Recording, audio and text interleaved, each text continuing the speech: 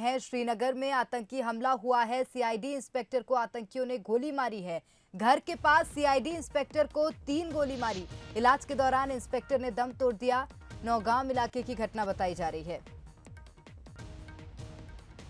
तो बड़ी खबर बता रहे हैं, श्रीनगर में आतंकी हमला हुआ। सीआईडी इंस्पेक्टर को आतंकियों ने गोली मारी। तो घर के पास सीआईडी इंस्पेक्टर को 3 गोली मारी। इलाज के दौरान इंस्पेक्टर ने दम तोड़ दिया। तो आतंकी हमला हुआ श्रीनगर में, सीआईडी इंस्पेक्टर पर हमला किया गया। तो घर के पास सीआईडी इंस्पेक्टर को आतंकियों ने 3 गोली मारी है। आतंकी हमला हुआ और इलाज के दौरान इंस्पेक्टर ने दम तोड़ दिया। तो सीआईडी इंस्पेक्टर पर हमला किया गया, 3 गोलियां मारी। और चलिए अब छत्तीसगढ़ की खबरों की ओर रुख कर लेते हैं। कांकेर से खबर है, जिला खनिज विभाग में छापेमार कार्रवाई की है। अवैध रेत का परिवहन करते 8 वाहन को जब्त किया है। जिला कलेक्टर चंदन कुमार के निर्देश पर कार्रवाई हुई। तो अवैध परिवहन करते 8 वाहन को जब्त किया है। जिला खनिज विभाग ने छापेमार कार्रवाई की थी और जिला कलेक्टर चंदन कुमार के निर्देश पर यह कार्रवाई हुई।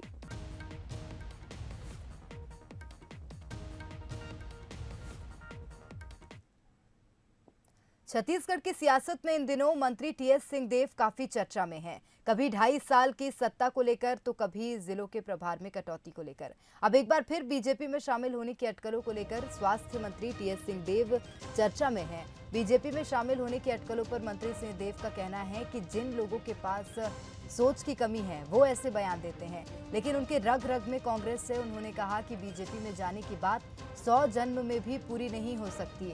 वो कांग्रेस की विचारधारा से जुड़े हैं। वहीं 2.5 साल के सवाल पर भी उन्होंने कहा कि 2.5 साल भी हो गए और अब उसकी बात भी खत्म हो गई है। निर्णय हाईकमान लेवल के ही करते हैं। रग में कांग्रेस है, सक्रिय राजनीति में आदमी रहेगा नहीं रहेगा, किसी भी स्थिति में रहेगा। भाजपा का तो हो ही नहीं सकता। मैंने कभी कभी कहा भी 100 जन्म में नहीं हो सकता। हम लोग उस हद तक कांग्रेस की विचारधारा से जुड़े हुए अपने आप को महसूस करते हैं, लीडरशिप से जुड़े हुए महसूस करते हैं। और 2.5 साल की बात तो हो गए, 2.5 साल तो वो बात तो खत्म हो जानी चाहिए। बाकी सारी चीजें संभावनाओं के क्षेत्र में, और ये निर्णय हाईकमांड लेवल के रहते हैं, वही इस पे विचार करते हैं। और जनता कांग्रेस छत्तीसगढ़ ने अपनी स्थापना के 5 साल पूरे कर लिए हैं। पार्टी अगले विधानसभा चुनाव की तैयारियों में जुट गई है, जिसको लेकर उसने अगले 2 महीने तक खेत चलो अभियान चलाने का फैसला किया है। इस दौरान छात्रों, युवाओं और महिलाओं से जुड़े मुद्दों को लेकर पार्टी प्रदर्शन करेगी। वहीं अगले साल 29 अप्रैल को अजित जोगी के जन्मदिवस पर बड़ी रैली करने का फैसला लिया गया है। 5 साल पूरे हो गए और भूपेश सरकार के 2.5 साल पूरे हो गए। अब 2020 का क्रिकेट मैच चालू हो चुका है। हमारे बल्लेबाज मैदान में उतर चुके हैं और पहले ही ओवर में छत्तीसगढ़ महातारी के आशीर्वाद से हम लोग 6 छक्के लगाने वाले हैं और तब छत्तीसगढ़ में खेला शुरू होगा। जैसे बंगाल में ममता बनर्जी, ममता दीदी की सरकार बनी, वैसे ही छत्तीसगढ़ में इस बार ममता मई मां की सरकार हम बनाएंगे। छत्तीसगढ़ में लंबे समय से अटकी निगम मंडल की सूची को अब हरी झंडी मिलने के आसार हैं। खबर है कि लिस्ट के लिए एडवाइजरी पूरी कर ली गई है। उम्मीद है कि 1 महीने के अंदर तक नामों का ऐलान कर दिया जाएगा।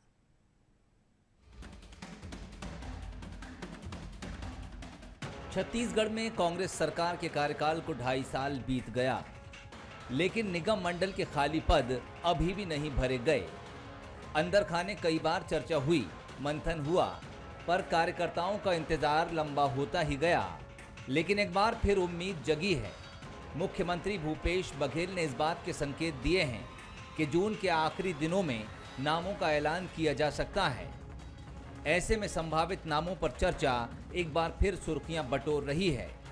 बंसल न्यूज के मुताबिक निगम मंडल की संभावित सूची में हेमंत वर्मा, राजा गुरु बालदास, गुरमुख सिंह होरा, पंकज शर्मा, यशवंत साहू, भवानी शंकर शुक्ला, बदरुद्दीन कुरैशी, अनूप नाग, छबींद्र कर्मा, सरजियस मिंज, मलकीत सिंह गेंदू, अटल श्रीवास्तव, रवि घोष, नितिन सिन्हा, मंजू सिंह, मनीष श्रीवास्तव, शिव सिंह ठाकुर, गोपाल थवाइट, तेज कुमारी नेताम, नवाज खान, त्रिलोक श्रीवास, उत्तम वासुदेव, अरुण भद्रा, राजेंद्र साहू, लक्षण चंद्राकर, सूर्यमणि मिश्रा का नाम सबसे आगे चल रहा है। जो बचत निगम मंडल वगैरह के हैं उसके बारे में अध्यक्ष जी के साथ भी बैठक हुई है और विचार विमर्श किए हैं। मैं समझता हूँ कुछ नियुक्तियाँ जल्दी होगी, कुछ नियुक्ति फिर बाद में। निगम मंडल की सूची के साथ संगठन विस्तार के काम को भी कांग्रेस इसी महीने पूरा कर लेना चाहती है। मोर्चा प्रकोष्ठ में फेरबदल और सचिव सहित खाली पदों पर नियुक्तियों का काम संगठन ने पूरा कर लिया है। जल्द ही ये सूची भी जारी हो जाएगी। देखिए, संगठन की गतिविधियां चल रही है। हमने मोर्चा संगठनों के नाम हाईकमान को भेज दिए। हमें लगता है उसकी अनुमति से जारी हो जाएंगे। प्रदेश सचिवों की भी चर्चा हो रही है। हम लोगों का कोशिश रहे कि हम लोग काम करें। अभी हम लोगों 3 दिनों तक हमने प्रशिक्षण के माध्यम से हम संगठन को कसने का भी प्रयास किया है। कांग्रेस मिशन 2023 को अभी से शुरू करना चाहती है। पेंडिंग काम पूरा करना कांग्रेस की प्राथमिकता है। अगले 2 से 3 महीने कांग्रेस के लिहाज से महत्वपूर्ण होंगे। नियुक्ति का काम पूरा कर कांग्रेस अपने नेताओं और कार्यकर्ताओं को मैदान में उतारने का काम कर सकती है। मोहन तिवारी, बंसल न्यूज, रायपुर। और रायपुर से खबर मिल रही है, बीजेपी की महिला राष्ट्रीय पदाधिकारियों की सूची जारी हुई है। सूची में छत्तीसगढ़ से एक भी महिला नेता का नाम शामिल नहीं है। बीजेपी के राष्ट्रीय नेतृत्व ने सूची जारी की है और छत्तीसगढ़ से एक भी महिला नेता का नाम इसमें नहीं है। तो राष्ट्रीय पदाधिकारियों की सूची जारी की गई है। बीजेपी के राष्ट्रीय नेतृत्व ने ये सूची जारी की और इस सूची में छत्तीसगढ़ से एक भी महिला नेता का नाम शामिल नहीं है।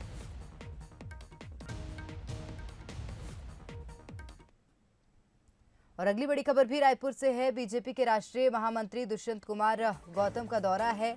कल से 3 दिवसीय छत्तीसगढ़ दौरे पर दुष्यंत कुमार आएंगे। गोष्ठी कार्यक्रम में शामिल होंगे। डॉक्टर श्यामा प्रसाद मुखर्जी के बलिदान दिवस पर कार्यक्रम होगा। तो 24 जून को बीजेपी विधायक दल और अजा मोर्चा की बैठक लेंगे। बीजेपी प्रदेश पदाधिकारियों से भी मुलाकात करेंगे। तो 25 जून को महासमुंद में बैठक लेंगे। जिला पदाधिकारियों, मंडल प्रभारी, मंडल अध्यक्ष की बैठक लेंगे। तो बीजेपी के राष्ट्रीय महामंत्री दुष्यंत कुमार गौतम का रायपुर दौरा है। कल से 3 दिवसीय छत्तीसगढ़ दौरे पर दुष्यंत कुमार आ रहे हैं।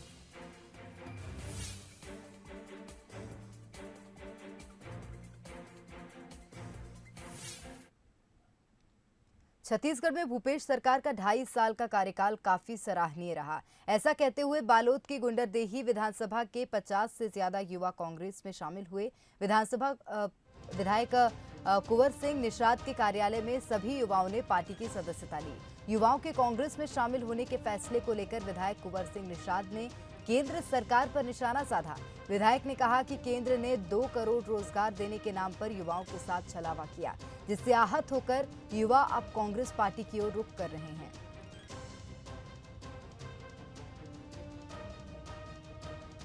हमारे गुंडरदेही क्षेत्र में कांग्रेस पार्टी ने ऐसा ऐसा काम किया है जिससे हम प्रभावित होकर हमारे सभी टीम लेकर कांग्रेस में आने का फैसला लिया है, क्योंकि इसको आगे बढ़ाना है। क्योंकि कांग्रेस ही ऐसी पार्टी है जो सबको देखभाल हर चीज़ कर रही है। युवा सब समझदार है, पढ़े लिखे, वो जान रहे जिस हिसाब से जुमलेबाजी की सरकार, झूठ की सरकार आज केंद्र में बैठी है, मोदी की सरकार, भाजपा की सरकार, उससे त्रस्त होकर आज युवा चाहते हैं कि कांग्रेस पार्टी की विचारधारा से जुड़कर, कांग्रेस पार्टी की रीति से जुड़कर राहुल जी, सोनिया जी और हमारे प्रदेश के यशस्वी मुख्यमंत्री माननीय भूपेश बघेल जी के मार्गदर्शन में उनके किए हुए कार्यों को देखकर स्वयं होकर आज कांग्रेस प्रवेश कर रहे हैं। मैं युवा साथी माधवानी उसके पूरे साथी को बधाई देता हूं कि लगातार ये अभियान चल रहा है। और छत्तीसगढ़ में कांग्रेस कोरोना से मरने वालों का सर्वे भी करवाएगी और इसके लिए कार्यकर्ताओं को जिम्मेदारी सौंपी जाएगी। लोगों का हाल जानने के लिए कांग्रेस कार्यकर्ता 19,000 कस्बों में जाएंगे। हर कस्बे में 10-10 कार्यकर्ताओं को जिम्मेदारी दी जाएगी। सर्वे में कार्यकर्ता परिवार का हाल जानने के साथ मौतों का आंकड़ा भी जुटाएंगे। प्रदेश कांग्रेस अध्यक्ष मोहन मरकाम का कहना है कि गुजरात, उत्तर प्रदेश, मध्य प्रदेश जैसे राज्यों में मौत के आंकड़े छुपाए जा रहे हैं, लेकिन कांग्रेस हमेशा लोगों के सुख दुख में उनके साथ रही है। इसीलिए कांग्रेस मौतों का आंकड़ा जुटाने का सर्वे करने जा रही है। हम जो इस कोविड काल में जो प्रभावित लोगों से मिले, उनका दुख साझा करें और उनको क्या राहत हम दे सकते हैं वो उन तक पहुँचे।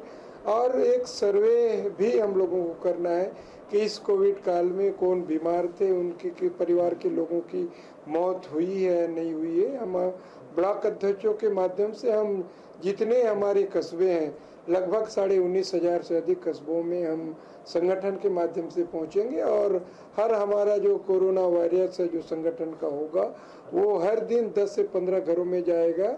एक महीने के अंदर लगभग 200 से अधिक घरों में जाके पहुंचने का प्रयास करेगा। तो कितनी ईमानदारी से कांग्रेस इन आंकड़ों को सामने ला पाएगी, ये संदेहजनक स्थिति में है। और कम से कम कांग्रेस पार्टी के शासित राज्यों को अगर उनको इतनी चिंता है तो कम से कम अपने राज्यों को तो निर्देश कर दे कि कोरोना से जितने लोगों की मृत्यु हुई है उनके मृत्यु प्रमाण पत्र में लिख कर दे कि इनकी कोरोना से मृत्यु हुई है। और इसका सर्वे बहुत तेज गति से, हम तो छत्तीसगढ़ में पहले से कहते रहे हैं कि छत्तीसगढ़ में कांग्रेस कह रही है कि 14,000 लोगों की मृत्यु हुई है। मेरा तो दावा है कि 50,000 लोगों से ज्यादा लोगों की मृत्यु। चलिए राजनीति के इतर कोरोना वैक्सीनेशन की बात कर लेते हैं। प्रदेश में 21 जून को टीके लगे हैं। 91,172 डोज दिए गए हैं। 77,484 लोगों ने पहला टीका लगवाया है और 13,688 लोगों ने दूसरा टीका। तो 2,563 साइट्स पर टीकाकरण हुआ। रायगढ़ और रायपुर में 14,000 से ज्यादा लोगों को टीके लगाए गए हैं। प्रदेश भर में अब तक 77 लाख से अधिक टीके लगे हैं। तो प्रदेश में 21 जून को 91,172 डोज लगाए गए हैं। 77,484 लोगों ने पहला टीका लगवाया है, वहीं 13,688 लोगों ने दूसरा टीका लगवाया।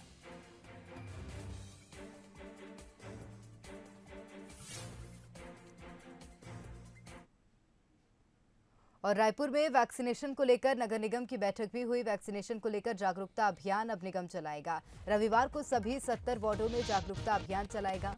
वैक्सीनेशन में अच्छा परफॉर्म करने वाले वार्ड को सौगात मिलेगी। 5 से 10 लाख के विकास कार्यों की सौगात दी जाएगी। कमिश्नर, महापौर, नेता प्रतिपक्ष बैठक में मौजूद रहे। अपर आयुक्त, MIC जोन अध्यक्ष भी बैठक में मौजूद रहे।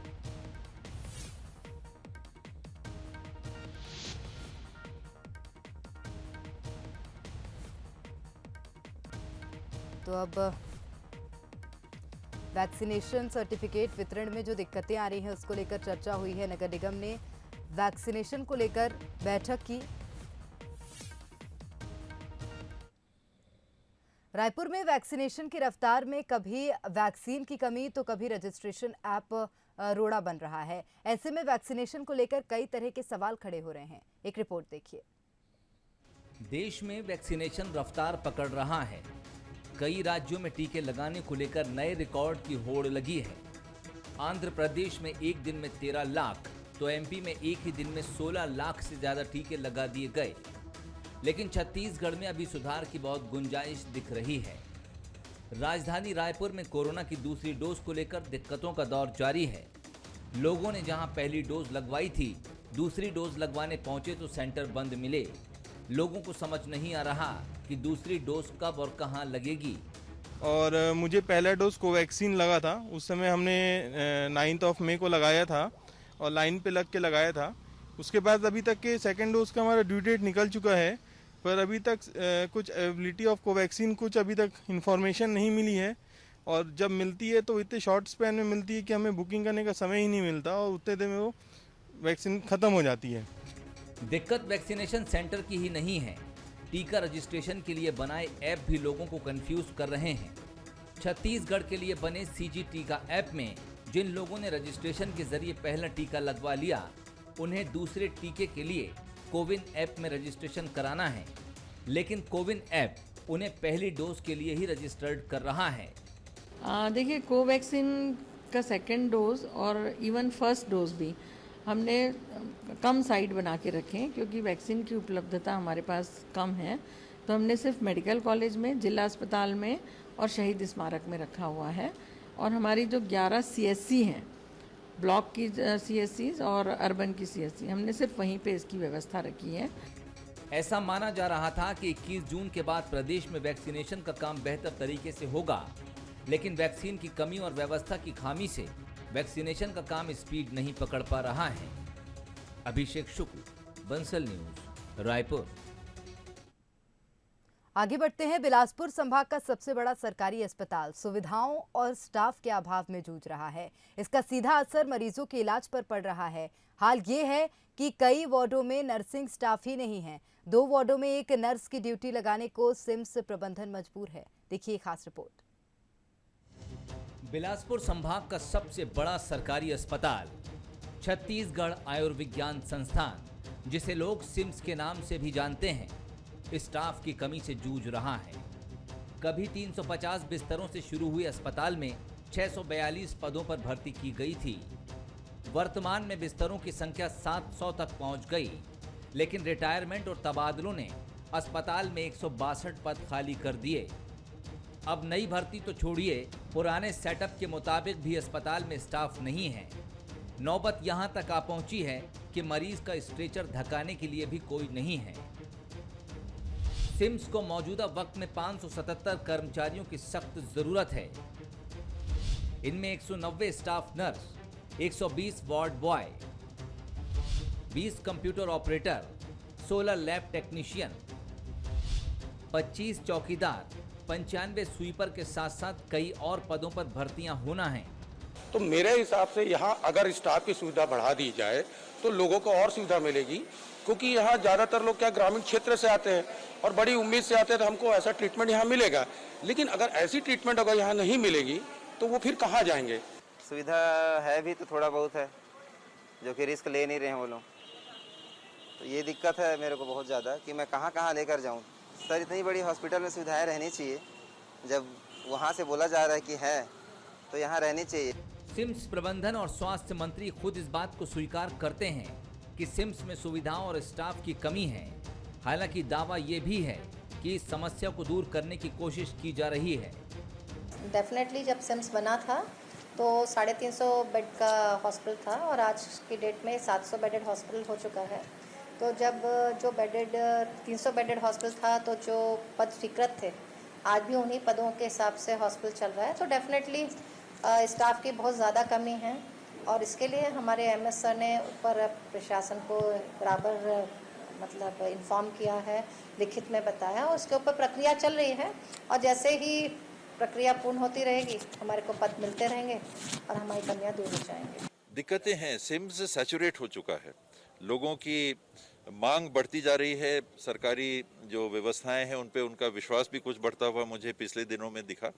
और जितने बिस्तर के ये अस्पताल स्वीकृत हुए थे, उससे दुगने पेशेंट्स करीब ये अस्पताल सेवा दे रहे हैं। तो उनके ऊपर दबाव बहुत है। एक जगह स्वाभाविक रूप से कम रहती, फिर स्टाफ उनको अगर 500 बिस्तर के लिए मिले हैं और 1000 मरीजों को वो देख रहे हैं, तो ये दिक्कतें रहती हैं। कहने को सिम्स बिलासपुर संभाग का सबसे बड़ा अस्पताल है, लेकिन आज भी बेसिक सुविधाओं के लिए जूझ रहा है। ऐसे में कोरोना की तीसरी लहर की खबरों के बीच व्यवस्थाएं कब और कैसे सुधरेंगी, ये देखने वाली बात होगी। उमेश मौर्य, बंसल न्यूज, बिलासपुर। छत्तीसगढ़ के दंतेवाड़ा के धुर नक्सल प्रभावित गांव नहाड़ी में पुलिस अब कैंप खोलने की तैयारी में है। नहाड़ी गांव नक्सली देवा और विनोद का गृह गांव है। यहां सुरक्षा बलों का कैंप खुलने की खबर इलाके के ग्रामीणों को लगी और सैकड़ों की संख्या में ग्रामीण कैंप के विरोध में लामबंद हो गए। पुलिस कैंप के विरोध में नारेबाजी करते हुए ग्रामीणों ने रैली भी निकाली है। नहाड़ी गांव में भारी संख्या में ग्रामीण आंदोलन में शामिल हुए। उन्होंने कहा कि जब तक कैंप स्थापित करने का फैसला वापस नहीं लिया जाएगा, आंदोलन करते रहेंगे। तो इससे पहले भी सिलगेर कैंप का विरोध किया गया था। अब नाहाड़ी में पुलिस कैंप का विरोध ग्रामीण कर रहे हैं।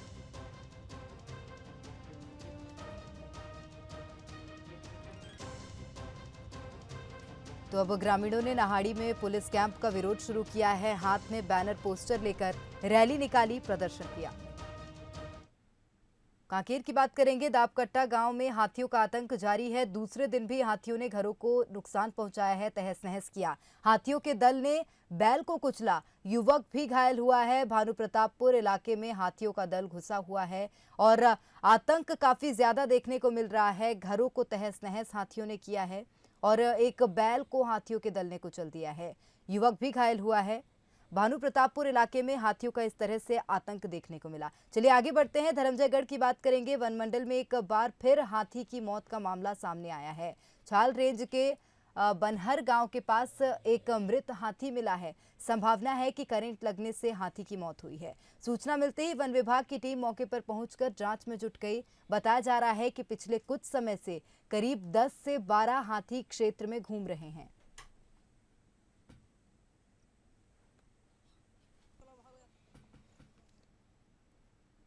और कोरबा से खबर मिल रही है। जिले में हाथियों का उत्पात जारी है। मानिकपुर गांव के समीप 7 हाथियों ने डेरा जमाया है। बरहाडांग और मानिकपुर गांव में 3 मकानों को ध्वस्त किया है। इलाके के ग्रामीणों ने दहशत का माहौल है। 40 हाथियों का दल अलग अलग झुंड में विचरण कर रहा है। वन विभाग ने ग्रामीणों को अलर्ट किया। कटघोरा वन मंडल के ऐतमानगर रेंज का ये मामला बताया जा रहा है।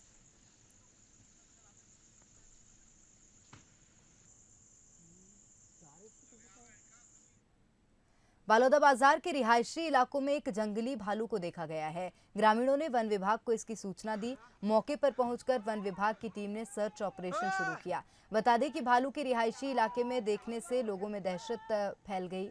हालांकि भालू ने अभी तक किसी को नुकसान नहीं पहुंचाया।